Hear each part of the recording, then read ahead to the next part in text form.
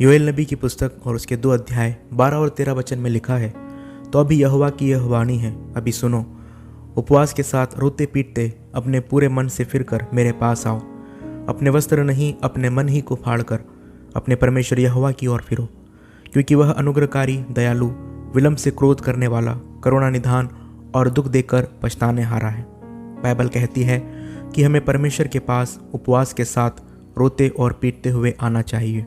दोस्तों, हम सब पापी हैं, हम सब नासमझ हैं और हर समय ना जाने हम कितने पाप करते हैं, लेकिन परमेश्वर की दया हम पर बनी रहती है और वह हमें अपने पास बुलाता है। हम नहीं जानते कि परमेश्वर का राज्य कब आएगा। यदि आज परमेश्वर का राज्य आता है तो हो सकता है कि आपके पाप के कारण आप यहीं रह जाओ और उसके राज्य में प्रवेश न कर पाओ। इसलिए यह ज़रूरी है कि हम हर समय अपने गुनाहों की तौबा करते रहें और उपवास एक महत्वपूर्ण तरीका है परमेश्वर से माफ़ी मांगने का। आप खुद सोचिए, जब आप अपने घर में किसी समय खाना नहीं खाते और शांत रहते हैं, तब आपके माँ बाप को आपकी कितनी फिक्र होती है। वो बार बार आपके पास आते होंगे और पूछते होंगे कि हे मेरे बच्चे, तुमने खाना क्यों नहीं खाया, तुम्हें क्या चाहिए, तुम्हें क्या परेशानी है। और ऐसे में जब आप अपनी कोई ज़रूरत उनको बताते हैं तो वह आप पर तरस खाकर आपकी सारी मांग को पूरी कर देते हैं। दोस्तों, जब आपके दुनियावी माँ बाप आपसे इतना प्यार करते हैं तो ज़रा सोचिए, हमारा परमेश्वर जो स्वर्ग में है, जिसने हमें अपनी समानता और अपनी स्वरूपता में सृजा है, वो हमसे कितना प्यार करता है। और जब हम उपवास के साथ उसके पास जाएंगे तो वह हम पर तरस खाकर हमें अपनी ज़रूरत की चीज़ें क्यों ना देगा। उपवास के विषय में बहुत से लोग ऐसा सोचते हैं कि उपवास का मतलब सिर्फ खाना छोड़ देना है। ऐसे लोगों के जीवन में उपवास का कोई प्रभाव देखने को नहीं मिलेगा। उपवास का मतलब सिर्फ खाना छोड़ना नहीं है, और भी बहुत सी चीज़ें हैं जिसे उपवास के दौरान छोड़ना बहुत ज़रूरी है। क्योंकि यशायाह नबी की पुस्तक और उसके 58 अध्याय 5 से 12 वचन में इस प्रकार से लिखा हुआ है, जिस उपवास से मैं प्रसन्न होता हूँ, अर्थात जिसमें मनुष्य स्वयं को दीन करे, क्या तुम इस प्रकार करते हो कि सिर को झाऊ की नाई झुकाना, अपने नीचे टांट बिछाना और राख फैलाने ही को तुम उपवास और यहोवा को प्रसन्न करने का दिन कहते हो। जिस उपवास से मैं प्रसन्न होता हूँ वह क्या यह नहीं कि अन्याय से बनाए हुए दासों और अंधेर सहने वालों का जुआ तोड़कर उनको छुड़ा लेना और सब जुओं को टुकड़े टुकड़े कर देना? क्या वह यह नहीं कि अपनी रोटी भूखों को बांट देना, अनाथ और मारे मारे फिरते हुओं को अपने घर ले आना, किसी को नंगा देखकर वस्त्र पहनाना और अपने जाति भाइयों से अपने को ना छिपाना? तब तेरा प्रकाश पौ फटने की नाई चमकेगा और तू शीघ्र चंगा हो जाएगा। तेरा धर्म तेरे आगे आगे चलेगा, यहोवा का तेज तेरे पीछे रक्षा करता चलेगा। तब तू पुकारेगा और यहोवा उत्तर देगा, तू दुहाई देगा और वह कहेगा, मैं यहाँ हूँ। यदि तू अंधेर करना और उंगली मटकाना और दुष्ट बातें बोलना छोड़ दे, उदारता से भूखों की सहायता करे और दीन दुखियों को संतुष्ट करे, तब अंधियारे में तेरा प्रकाश चमकेगा और तेरा घोर अंधकार दोपहर का सा उजियाला हो जाएगा। और यहोवा तुझे लगातार लिए चलेगा और काल के समय तुझे तृप्त और तेरी हड्डियों को हरी भरी करेगा। और तू सींची हुई बारी और ऐसे सोते के समान होगा जिसका जल कभी नहीं सूखता। और तेरे वंश के लोग बहुत काल के उजड़े हुए स्थानों को फिर बसाएंगे। तू पीढ़ी पीढ़ी की पड़ी हुई नेव पर घर बनाएगा और तेरा नाम टूटे हुए बाड़े का सुधारक और पथों का ठीक करने वाला पड़ेगा। दोस्तों, इन वचनों के द्वारा आप यह समझ ही गए होंगे कि हमारा परमेश्वर किस उपवास की मांग हमसे करता है और वह कैसा उपवास है जिससे हमारा परमेश्वर प्रसन्न होता है। दोस्तों, कुछ बातें हैं जिनसे उपवास के दौरान हमें दूर रहने की आवश्यकता है, ताकि जब हम उपवास करें तो उस उपवास के द्वारा हमारा परमेश्वर हमसे प्रसन्न हो। सबसे पहली चीज़ है क्रोध। दोस्तों, बाइबल का वचन हमसे कहता है कि क्रोध से परे रह और जलजलाहट को छोड़ दे, मत कुढ़, उससे बुराई ही निकलेगी। जब आप उपवास करते हैं तब शैतान बहुत कोशिश करता है कि आपसे पाप कराए, इसलिए वो आपके मन में ऐसे ऐसे विचार डालता है ताकि आप क्रोध करें और आपके मन में बुराई उत्पन्न हो। लेकिन प्रार्थना के द्वारा आपको अपने क्रोध पर काबू पाना चाहिए ताकि आप प्रभु के सामने निष्कलंक साबित हो। उपवास के दौरान यह कोशिश करें कि आप नम्र और दीन हो। आपके मन में ऐसी कोई बात न आए जिसके कारण आप क्रोधित हो।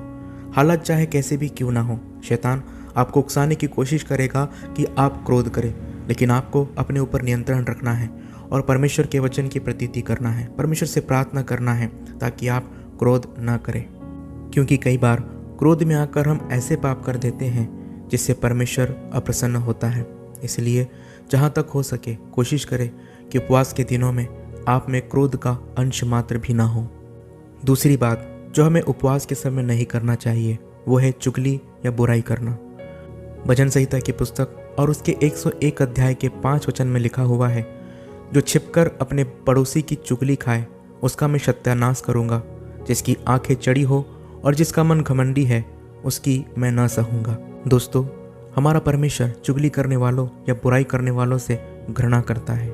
इसीलिए लेवी व्यवस्था की पुस्तक में परमेश्वर ने इजरायलियों से कहा था कि तू अपने लोगों में लुतरा बन के न फिरना। लुतरा शब्द का अर्थ है चुगली करते न फिरना। जब हम उपवास करते हैं तो हमें अपने मुख पर भी नियंत्रण रखना है। हमारे मुख से ऐसी कोई बात नहीं निकलना चाहिए जिससे किसी की बुराई हो। हम चुगली करने से भी अपने आप को बचाए रखें। यदि आपको किसी व्यक्ति का व्यवहार अच्छा नहीं लगता है तो आपको उसकी पीठ पीछे उसकी बुराई नहीं करना है। यदि आप उस व्यक्ति की वजह से सताए जाते हैं तो आपको संयम रखना है और प्रार्थना करना है, खासतौर पर जब आप उपवास रखते हैं। हम में से कोई मनुष्य सिद्ध नहीं है, हम सब पाप करते हैं, लेकिन हमारा परमेश्वर अनुग्रहकारी है और वो आपसे प्रेम करता है। इसलिए वो आपको सिद्ध बनाना चाहता है ताकि जब वो आए तो आपको तैयार पाए और आपको अपने राज्य में ले जाए। इसलिए प्रियो, उपवास के दौरान आप अपने मुख पर नियंत्रण रखें और कोशिश करें कि आपसे ना तो चुगली हो और ना ही आपके मुख से किसी की बुराई हो। अगली एक और महत्वपूर्ण बात जो उपवास के दौरान हमको नहीं करना चाहिए। कई ऐसे लोग होते हैं जो उपवास तो करते हैं लेकिन फिर भी वो संसार में उतने ही लिप्त होते हैं जितना उपवास के पहले हुआ करते थे। वैसे तो हमें हर समय संसार से दूरी बनाए रखना है, क्योंकि यूहन्ना की पत्री में यूहन्ना इस प्रकार से कहते हैं कि संसार से मित्रता रखना परमेश्वर से बैर रखना है। अगर हम संसार से प्रेम करते हैं तो हम कभी भी परमेश्वर के प्रेम को अपने जीवन में प्राप्त नहीं कर सकते। इसलिए उपवास के दौरान हमें एक चीज़ का हमेशा ध्यान रखना है कि हम फिल्मी गाने या फिल्म ना देखें, क्योंकि बहुत से ऐसे लोग होते हैं जो उपवास तो रखते हैं लेकिन वे ये सोचते हैं कि इतना समय भूखा रहकर हम कैसे गुजारें, तो वो अपना मनोरंजन करने के लिए फिल्म देखने लगते हैं या फिल्मी गीत सुनना शुरू कर देते हैं। ऐसा उपवास स्वर्ग तक नहीं पहुंचेगा, क्योंकि बाइबल में इस प्रकार से लिखा हुआ है कि हम शारीरिक दशा में रहकर परमेश्वर को प्रसन्न नहीं कर सकते। दोस्तों, इस दुनिया के फिल्मी गाने और फिल्में आपके आत्मिक उन्नति में बाधा बन जाते हैं। इसलिए यह ज़रूरी है कि ऐसे गानों से और ऐसे चलचित्रों से दूर रहे जो आपकी आत्मिक उन्नति में बाधा बनते हैं। उपवास के दौरान फिल्मी गाने सुनने और फिल्म देखने से अच्छा है कि आप वचन पढ़ें, मसीही गीत गाएं या मसीही गीत सुने, जिससे आप शैतान को अवसर ना दे सके। इसी से संबंधित एक और बात है जो उपवास के दौरान हमें नहीं करना चाहिए। बहुत से लोग उपवास के दौरान सोशल मीडिया पर बहुत एक्टिव रहते हैं। सोशल मीडिया भी आपके मनोरंजन के लिए ही बना है। अक्सर लोग उपवास के दौरान सोचते हैं कि वो सोशल मीडिया पर कुछ भी गलत नहीं देखेंगे या सिर्फ अच्छी और लाभदायक चीज़ें ही देखेंगे। यदि ऐसा है तो बहुत अच्छी बात है, लेकिन वास्तविकता कुछ और होती है। हम शुरू तो करते हैं अच्छी और लाभदायक चीज़ें देखने के लिए, लेकिन कुछ समय के बाद हम फिर वही व्यर्थ चीज़ें देखने में अपना समय लगा देते हैं और इस तरह हमारा ध्यान बाइबल से दूर होता जाता है। तो बेहतर है कि जब हम उपवास करें तो सोशल मीडिया से दूर रहें और बाइबल पढ़ें या प्रार्थना करें। अगली बात प्रियो, उपवास के दौरान ज़्यादा सोना या आराम लेना। हम में से बहुत से लोग हैं जो उपवास के दौरान बहुत थकान महसूस करते हैं और वह सोचते हैं कि सोकर या आराम करके उपवास को पूरा किया जा सकता है। ऐसा बिल्कुल नहीं है। यदि आप उपवास रखकर बाइबल नहीं पढ़ते या प्रार्थना नहीं करते और प्रभु की स्तुति नहीं करते तो आपका उपवास रखना व्यर्थ है। ऐसा नहीं है कि आप बिल्कुल सो नहीं सकते या आराम नहीं कर सकते। आप बिल्कुल आराम कर सकते हैं, लेकिन सारा दिन आराम करना भी गलत है। आपको परमेश्वर के लिए समय निकालना है। उपवास के दौरान जितना हो सके हम परमेश्वर की उपस्थिति में बैठें, परमेश्वर के साथ संगति करें। अगर आप उपवास के दौरान सिर्फ आराम ही करते रहेंगे या सोते ही रहेंगे तो आपका उपवास करने का क्या अर्थ है।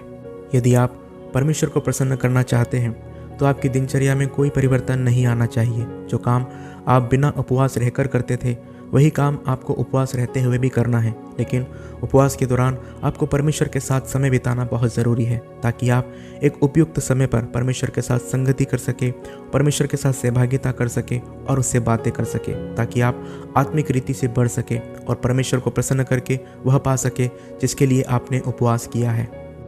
अंतिम बात प्रियो, जिसका उपवास के दौरान आपको ध्यान रखना है कि जब आप उपवास रखते हैं तो आपको गलत बातें सोचना भी नहीं है।